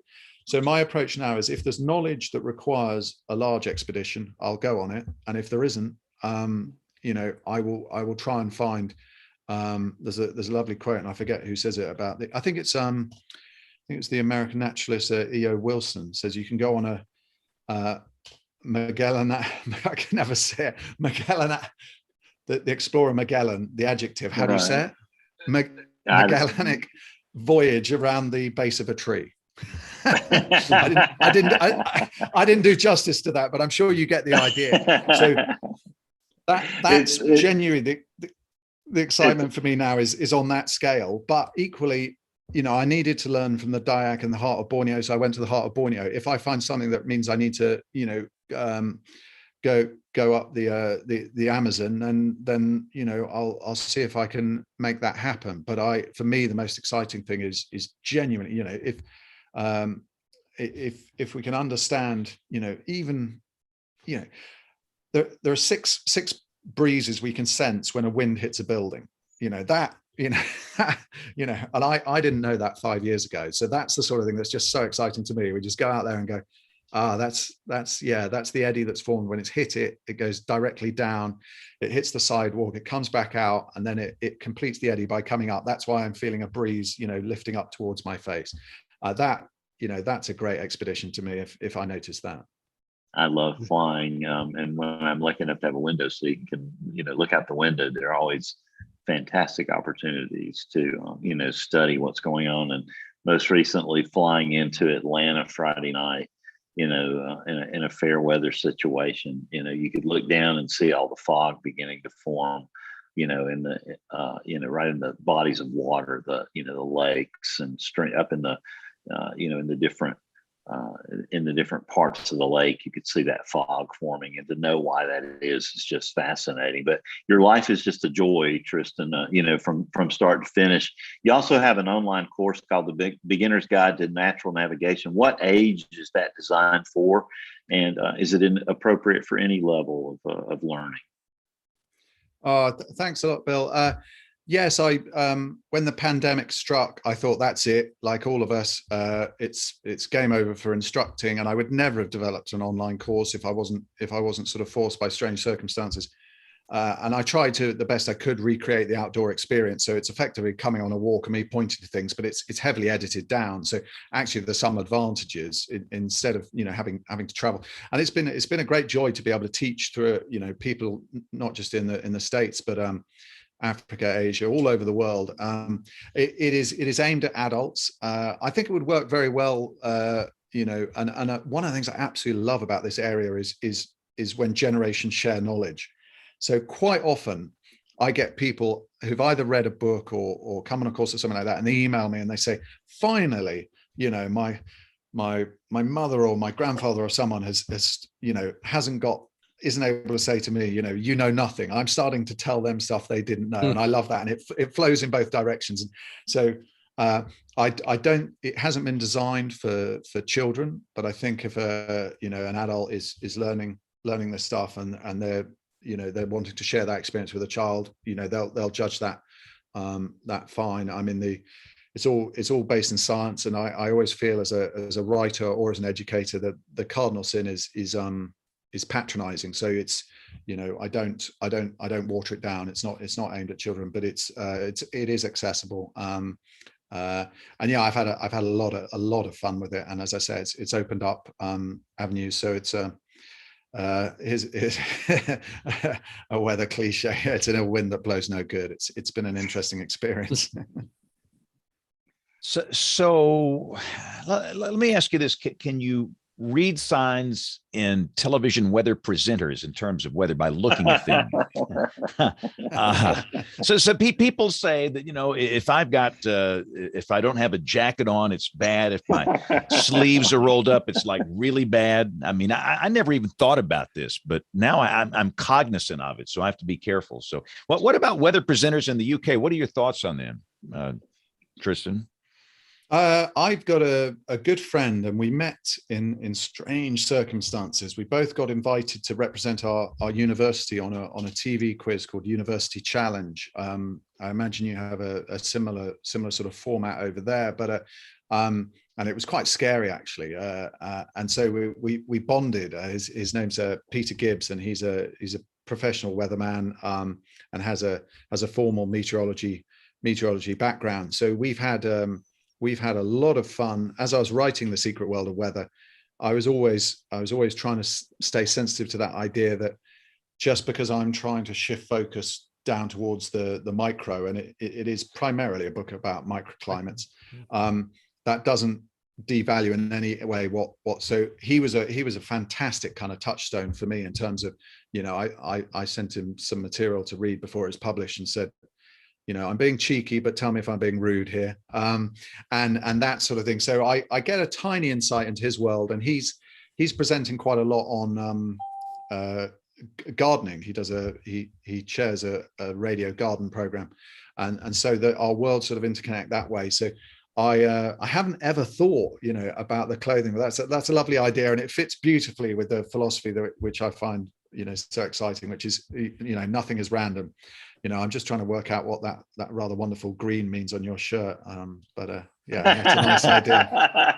It means I can't wear this in the studio ever, because when you stand in front of a green wall with a green shirt, it doesn't work. So I can only wear it in my closet in here. So, but Tristan, tell people how they can buy your book. Let's kind of go through the nuts and bolts of it. What's the best choice that you would prefer for people to use? That's very kind. It should be accessible via your preferred route, whether that's your local bookstore or through online booksellers. And if you're not at the stage you want to buy it, I'd love it if you felt you want to buy it and get stuck in now. But if you want to kind of explore these concepts a bit more, then my website naturalnavigator.com has literally hundreds of free examples on it, and you can kind of have a rummage by theme. There's a kind of a weather filter where you can have a look at some of the weather ideas, but you can also have a look at stars, the moon, plants, animals, that sort of thing as well. So, and that's, I sometimes use the expression that when it comes to clues and signs, we're tribal, and so I don't presume your audience, I would guess, are primarily interested in weather science, but actually, when the brain is a fascinating thing, and it might actually get into this subject, more quickly by thinking about sort of animals and animals and weather, as we've seen, of overlap. So on the website, you can just kind of go like, what tribe do I think I'm in? I feel like looking at the stars, and you can have a bit of an explore there, and it has information. There's a section on the books there and information about the courses as well. I take the view that there's the right route into having fun with clues and signs for all of us, but it's quite a personal thing, and I don't presume to know what the right route in is for each person. Now, is there an audio version available, like on Audible.com? Yes. I read I personally read the audio book, and again, that should be available through the normal channels, and that's an interesting experience. I don't know, have any of you read an audio book? Yes. Did you read yours, James? You did. For weather people, we don't read prompters. We don't read books. We just talk, and it is hard. and it's hard even if you wrote the stinking thing. I can't tell you how bad it was. So I feel your pain, Tristan. It's not easy. It is not easy doing that. It's a different perspective, isn't it? I work very, very hard so that when it's in print, it's exactly as how I think it should be. And then when you read it aloud, you go, I'd have done that slightly differently. Yeah. And it's like, I want to change words and change everything on the fly, but you can't do that because it's got to match what you wrote. It's hard. Tristan, I bought your book several weeks ago and had read most of it. We came on vacation and I wanted to bring it, but I forgot. So this morning I realized I didn't have it. So I was able to buy it on the fly in Amazon on Kindle and had it here this afternoon. I just thought that's pretty miraculous, Oh, thank you, Bill. I appreciate that. Thanks. All right, so we're going to have to take a time out here, Tristan. I don't know. I know it's the middle of the night for you, but if you want to stay up a few more minutes, we're going to go through picks of the week where we do a pick involving weather, a website, or anything related to weather. So if you have to go, we totally understand it because it is late, but we're going to take a break here very quickly for Tony Rice. And again, Jen is out this week, so we're not going to have email this week. We're not going to have Jen's This Week in Tornado History, but she'll be back next week. But we're going to take a pause for Tony Rice and his astronomy report. We'll come back with the picks of the week and much more as WeatherBrains rolls along. Looking beyond the atmosphere, here's Tony Rice with your astronomy outlook. Tuesday evening Pacific time, NASA's launching the Double Asteroid Redirection Test, or DART, from Vandenberg Space Force Base in California. The destination? A pair of asteroids 479 million miles away. This will be a demonstration of planetary defense techniques unlike any seen in the movies, because this will actually work.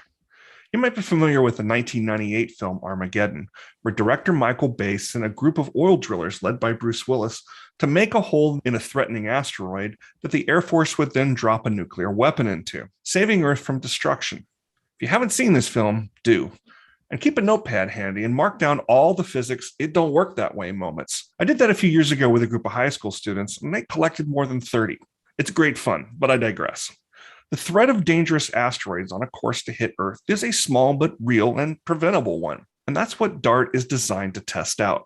As Andy Rivkin, co-lead investigator for the mission, points out, you can't change the speed of Earth, but you can change the speed of the impactor. DART is heading for a half-mile wide asteroid called Didymos and its 530-foot wide moon, Dimorphos, also known as Didymoon. Neither is a threat to Earth, but they do provide an ideal place to test out these techniques. The plan is to ram the spacecraft into Didymoon and then watch how this affects its trajectory. The car-sized spacecraft won't do much damage to this Washington Monument-sized space rock, but it will slow it down just a little. Small changes in speed, when made early enough, can add up to big changes in trajectory by the time they get close to Earth. A few days before the event, DART will release the Light Italian CubeSat for imaging of asteroids, or Lucia Cube. This 2-foot-long CubeSat was built by the Italian Space Agency. It includes 2 cameras that will capture the head-on collision and any material that is ejected. Oh, and those 2 cameras, they're named Lucia Cube Unit Key Explorer and Lucia Cube Explorer Imaging for Asteroids, or Luke and Leia, because of course they are. That's your astronomy outlook. Follow me at RTP Hokie for more spacey stuff like this. When the weather ball is red, warmer weather is ahead. When the weather ball is white, colder weather is in sight. When the weather ball is green, no change in the weather is foreseen. When colors blink by night or day, precipitation's on the way. Doing the show on the 22nd of November. Typically, we have a big pre-Thanksgiving storm somewhere, but I can't find one. Can you guys find one? Crickets. No, because there isn't one. I mean, what's funny, like 5 days ago, 4 or 5 days ago, most of these national media outlets, major pre-Thanksgiving storm will be snarling traffic and creating nightmares for holiday travelers. Did you guys see that? And it's like they were still running this stuff like just a couple of days ago, and it was obvious that nothing is going to happen. It's like, what's the matter with these people? You know, don't let facts get in the way of a good story here. But the bottom line is, it is remarkably quiet. And I look back in previous years and where we are down here in the Southern Tornado Alley, this is a very active month. For Alabama, this is number 3 of the 12 months. This ranks 3rd in tornado frequency, November. And it's so odd to be so quiet, but we are not complaining. But on this date, Bill Murray, 1992, we were in the midst of a tornado outbreak. I want to say there were 95 tornadoes. We had 16 in Mississippi, 13 in Alabama. We had loss of life. It was horrible. So the fact that we don't have anything to talk about is somewhat refreshing. So that means we can go right to picks of the week. And hey, James, I had to say something about that, about the weather ball, you know, the ditty that you play there at the beginning, because I was preparing Jen's weather history thing for the newsletter. And it was on the 25th of November back in 1982 that the weather ball was destroyed in a fire.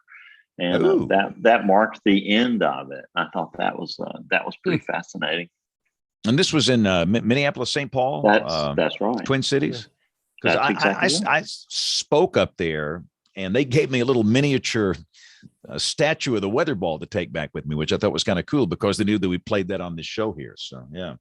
All right. So let's do picks of the week. This is where we go around the horn. Everybody's going to share something really good, really exciting, really riveting that's related to weather. A great Thanksgiving week pick here. So let's start with Troy Kimmel. Troy always has a good pick for us. Troy, go. Hit it, James. Wow.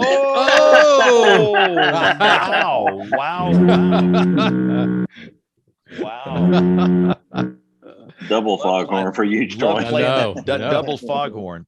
Troy, do you want to pick up the I have a spare that I submitted to our list if you need one. I know. I He saw just that. likes the sound of the foghorn. He just likes the foghorn. I like to do that every once in a while. It's been a busy week.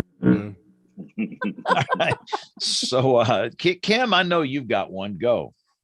Sure. Yeah. So I wanted to highlight that the AMS Weather Band, the new sort of weather club for weather enthusiasts that the American Meteorological Society has recently started, they're hosting their first Citizen Science Symposium, which is going to bring in people who run various citizen science endeavors like COCORAS, for example, which is a national set of observers who can report things like temperature, precipitation where you are. And it's really, really helpful for us as we go about doing things like verifying forecasts and creating climatologies for local places. So if you're interested in participating in citizen science in different ways, this is a great opportunity to come in and listen to the various different opportunities that are available. And I'm actually hoping that we can get some of the stuff we're doing at the lab into this. We have some emerging citizen science opportunities that you might be able to participate in, some that even are about severe weather and tornadoes. So but definitely encourage you to check that out. Awesome. These links will be up on the website, weatherbrains.com. And JP, the regular guy that does the website, is back. We will not have crappy show notes because I've had to do it for the last 2 weeks. So be aware that the show notes will be good this week. Okay. So the complaints will stop finally. Yes, exactly. Finally. Yeah. And my pick, it is from the BBC Science Focus magazine, 12 photos of stunning weather events from the Royal Meteorological Society. I love weather photographs, and these are really good. So that'll be my pick. Neil, what is your pick of the week? So I had to turn my camera off because my mom's downstairs working at Minecraft. So I had a super show title. But I think I'm going to save that one for another week and go with Yosemite Bear's Mountain Double Rainbow Experience video. It's had like 50 million views on YouTube for a reason. It's impossible to watch and not laugh or be happy. So I think that's a good thing for people to see going into a holiday. It is. We all need to laugh a little more, and that is an absolute classic. Absolutely love that one. All right. So, Tristan, I think I've stalled here as long as I can. So before we go to Bill, let's see if you got a pick for us this week. Go. And you might be muted, Tristan. Yeah, I'm back. I'm back in the room. I'm gonna just pick something I saw a few hours ago. Actually, it was lunchtime, so it was just a little over 12 hours ago. I saw a squirrel as I was doing just having a little break before we did some filming today, and it's for me, it's one of my favorite sort of patterns is when you put several things together and come up with something that feels really sort of unusual. And basically, I wish there'd been someone there, and I ended up, this is one of the fun uses of a smartphone, I ended up having to get the smartphone out to film some of it because I wanted to share it, and that's anyway. I was on my own at this moment. Anyway, I saw the squirrel, and I could see it was running past some low bushes, dogwood and things like that. And I said out loud, I said, "You're not going to go into the dogwood because that goes nowhere. You are going to go along this low country wall, and you're going to think about that tree there, that oak tree. But you're not going to be happy with that oak tree." So the long and the short, it was the squirrel did as it was meant to do, because what it's doing is flight and refuge behavior. It doesn't want to hang around me very sensibly. It wants to get away from me, but it's got to find something that is a networked escape. It can't go up a tree that goes nowhere. So I knew it would check out the oak tree. And the long and the short of it was, it went up the oak tree. But for me, the key fun thing was, squirrels go up behind a tree, so they put the tree between themselves and the threat, but then they want to know what the threat is doing. And if you go quiet and wait, they will stick their head out one side of the tree. But the thing I've been studying for years is trying to work out the wind relationship. So I could work out what it was going to do. I could work out how to go up the tree, but it wouldn't be very happy up that tree because it wasn't a connected one. So I knew it would probably come back down again. But before it came back down, it would stick its head which side it was. And my theory is they stick their head into wind, and it did today. So I just had this lovely moment with the squirrel where we were kind of on the same wavelength, where I was tuned into the wind. I was giving the squirrel a bit of my day. It was probably a bit stressed by me, but if it knew how much fun it had given me, then hopefully that would take the edge off it. So that's my pick for today. And you see, you don't get this kind of information on any other weather podcast. You don't get them on any other show except for this one. I mean, that's awesome. I mean, that is just outstanding. All right, Bill Murray, go.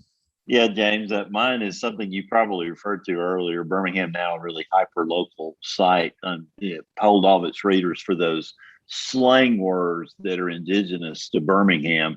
And number 2 is respect the polygon. You scored right there, James.